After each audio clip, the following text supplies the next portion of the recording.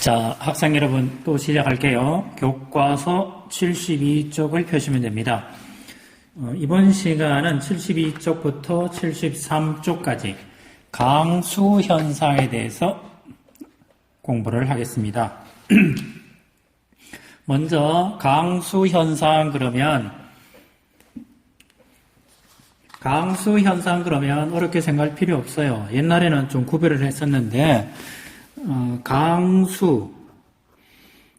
강수는 강우량, 이거는 비입니다. 강설량, 눈입니다. 눈과 비가 거의 100%입니다. 그 다음에 이슬, 안개, 우박, 등 이렇게 부릅니다. 근데 이 녀석들이 약 99.9%고요. 이 녀석들은 약 0.1% 정도 됩니다. 강수에는 강우, 강설, 이슬, 안개, 우박 등 모든 하늘에서 내리는 물을 강수라고 그럽니다. 강수는 범위가 굉장히 넓습니다. 우리나라는 대부분의 강수는 강우량과 같습니다. 거의 같습니다. 보통 비 1mm가 눈 1cm하고 맞먹습니다. 이 눈도 쌀랑눈이 아니고 한방눈일 경우에 이게 같다라고 그럽니다. 근데 비가 눈보다가 훨씬 양이 많습니다.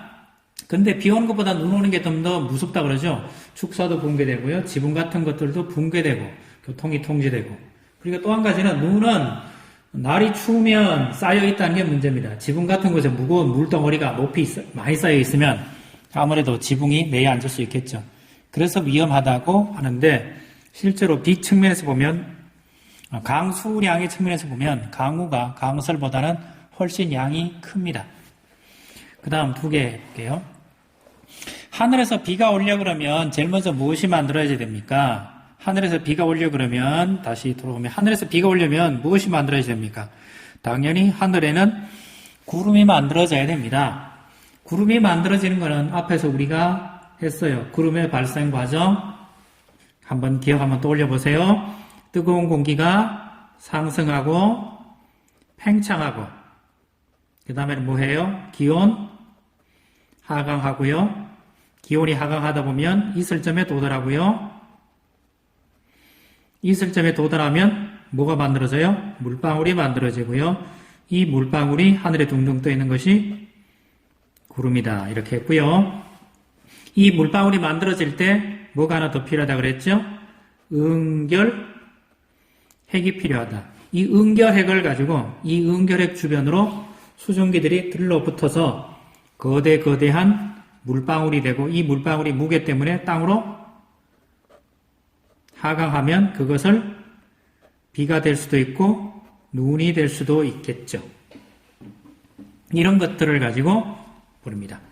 자, 근데 우리나라 같은 경우에는 갑자기 이게 왜 나왔는지 해서 상당히 궁금한데요. 이때 만들어지는 비나 눈 이런 것들을 설명하는 요인이 두 개가 있습니다. 제일 먼저 병합설이라는 게 있고요. 뭐가 있습니까? 빙정설 하는 게 있습니다. 병합설은 얼음이 없어요. 빙정설에는 얼음이 있어요. 빙정이란 얘기는 얼음의 결정을 의미합니다. 얼음의 결정이 성장을 하겠죠. 누굴 맞아서 성장합니까? 구름 속에서 왔다 갔다 하면서 주변에 있는 수증기를 받아들여서 얼음이 성장을 하겠죠. 이 성장하던 얼음이 땅에서 떨어질 때, 즉 무게 때문에 또는 중력 때문에 땅에 떨어질 때 뭐가 만들어진다?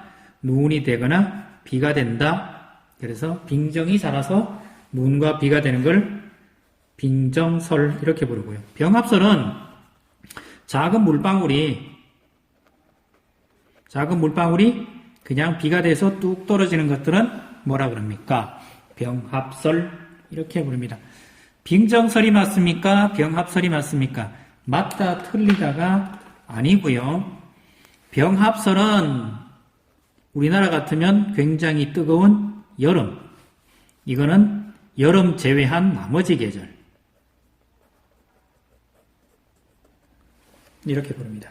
우리나라에서 병합설로 비가 오는 경우는 어디에 있습니까? 여름에 소나기 올 때. 나머지는 전부 빙정설로 설명을 합니다. 다른 말로 하면 병합설에서 온 비는 어떤 비입니까? 따뜻한 비고요. 빙정설에 온 비는 찬 비입니다. 그래서 비 맞으면 차갑다 이런 말로도 쓰고요. 우리 교과서에는 이런 그림이 하나 있겠죠. 빙정설, 병합설 이렇게 부릅니다. 이 그림은 이쪽에 나오는 것은 병합설이고요. 이쪽에 있는 것은 빙정설입니다. 이거는 우리나라 같으면 언제 오는 비입니까? 여름에. 이쪽은 언제 온다고요? 겨울 또는 봄 또는 가을. 여기는 누구가 문제입니까? 빙정하는 녀석이 필요합니다. 빙정하는 겁니다. 자, 빙정설 똑같습니다. 우리나라 여름에 같은 경우는 이렇게 부른다. 자, 강수 현상 중에 좀 별난 게 하나 있죠. 좀 별난 게 있다는 게 뭐냐 그러면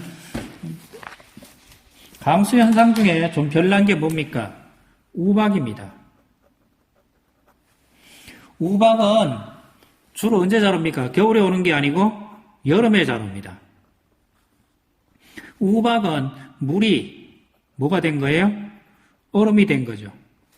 우박은 물이 얼음이 된 겁니다. 눈이 온 게 아닙니다. 높은 상승 기류가 아주 발달하는 이런 거대한 구름, 이걸 가지고 소나기 구름 또는 폭풍우 구름을 해서 정난운 이렇게 부릅니다. 정난운이 굉장히 거대해져야 됩니다. 거대해질 때 물방울이 밑으로 내려오다가 밑에서 위로 올라가는 무엇 때문에요? 상승기류 때문에 내려오지를 못하고 다시 올라갑니다. 올라가다 보면 어느 순간에 여기에는 뭐가 있습니까? 얼음이 오는 고도, 빙결고도라는 게 있습니다. 이 위까지 올라가게 됩니다. 올라가면 이 물방울이 뭐가 돼요? 올라가는 순간 얼겠죠. 얼음이 되겠죠. 올라가다가 다시 무거워지면 다시 떨어지겠죠. 떨어지는데 다시 상승기류를 만나면 다시 또 올라갑니다. 그래서 이렇게 반복을 해요. 이런 반복을 하면 어떻게 됩니까? 한번 올라갈 때마다가 이런 얼음 덩어리가 나이테 같이 만들어지겠죠. 나이테 모양으로 성장을 하게 됩니다. 이것들이 우박이 돼서 여름에 뚝 떨어집니다. 몇 번 올라갈지, 얼마만큼 클지는 누가 결정합니까? 이 상승기류의 세기가 결정합니다. 상승기류가 세면 셀수록 많이 오르락 내리락 할 거예요. 그럼 우박이 커지겠죠. 그러려면 땅이 넓고 평평한 어떤 대륙 같은 게 필요한데 우리나라는 생각보다 땅이 좁아서요. 우박이 오더라도 심각한 정도로 우박은 오지는 않습니다. 보통 한 2, 3cm 정도 옵니다. 근데 미국이나 러시아 같이 땅이 큰 지역에서는 이 우박들이 굉장히 큽니다. 거의 오렌지 아시죠? 오렌지 정도의 크기로 옵니다. 그럼 이게 무게가 얼마 됩니까? 보통 한 2, 3kg 정도 된다.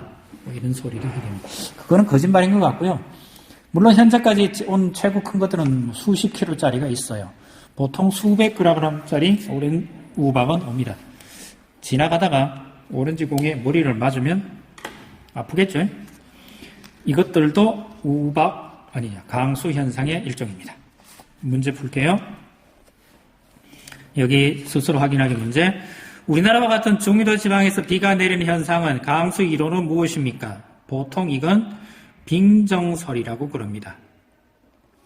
저위도 지방에서 내리는 비, 중위도나 고위도 지방에서 내리는 비를 차가운 비라고 한다.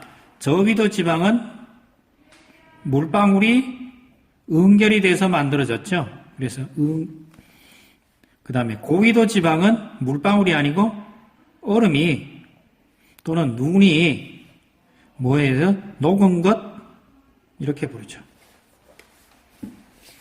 자, 여기까지 하시면 여러분들은 강수 현상에 대해서 다 했습니다.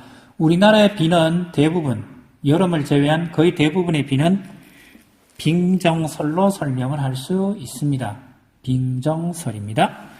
자, 또 다음 시간에 또 다른 걸로 해보겠습니다. 오늘은 여기까지입니다.